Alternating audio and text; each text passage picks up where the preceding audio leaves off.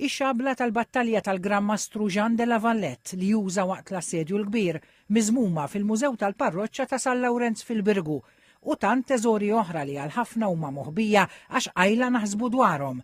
Imma kollha sawru l-istorja tal-Belt rebbieħa vittorjoża u li fit-tmiem il-ġimgħa kburin b'dan il-patrimonju, id-diriġenti tal-Parroċċa ta' San Lawrenz qed jistiednu l-pubbliku jżur il-kumpless kollu ta' din il-Knisja. Wara min jiġi hawn il-Birgu se jiltaqgħu wkoll ma' storja, ma' ġrajja ta' fidi, kif ukoll se jduq ukoll it-teżori li hawn moħbijin.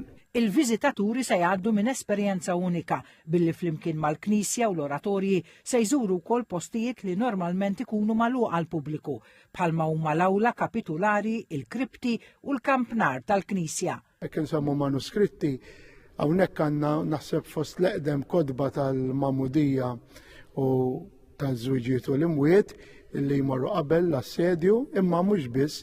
Imma għandna arkivju vast li parti minnu anke hemm sezzjoni li tagħmel parti mill-kollezzjoni tal-Inkwiżitur, mill-arkivi tal-Inkwiżitur oriġinali.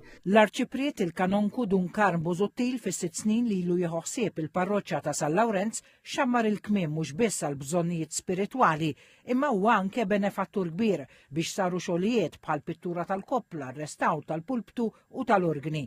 Għal il-TVM News li l-Birgu huwa fond kbir ta' patrimonju. Hawnhekk hawn patrimonju tagħna l-Maltin, ġifieri għax il-Belt tal-Birgu meta l-ordni fl-1500 jinġew Malta.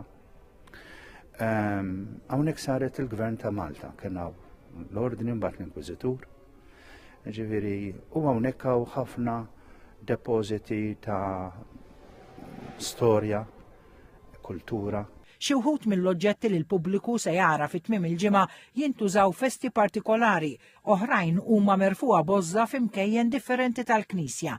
Se jkun hemm ukoll rappreżentazzjonijiet ta' ġrajiet storiċi minn diversi atturi, reenactments mill-grupp Ingwardja u konċerti mużikali bis-sem ta' korijiet u tal-banda Vittorjozana San Lawrenz.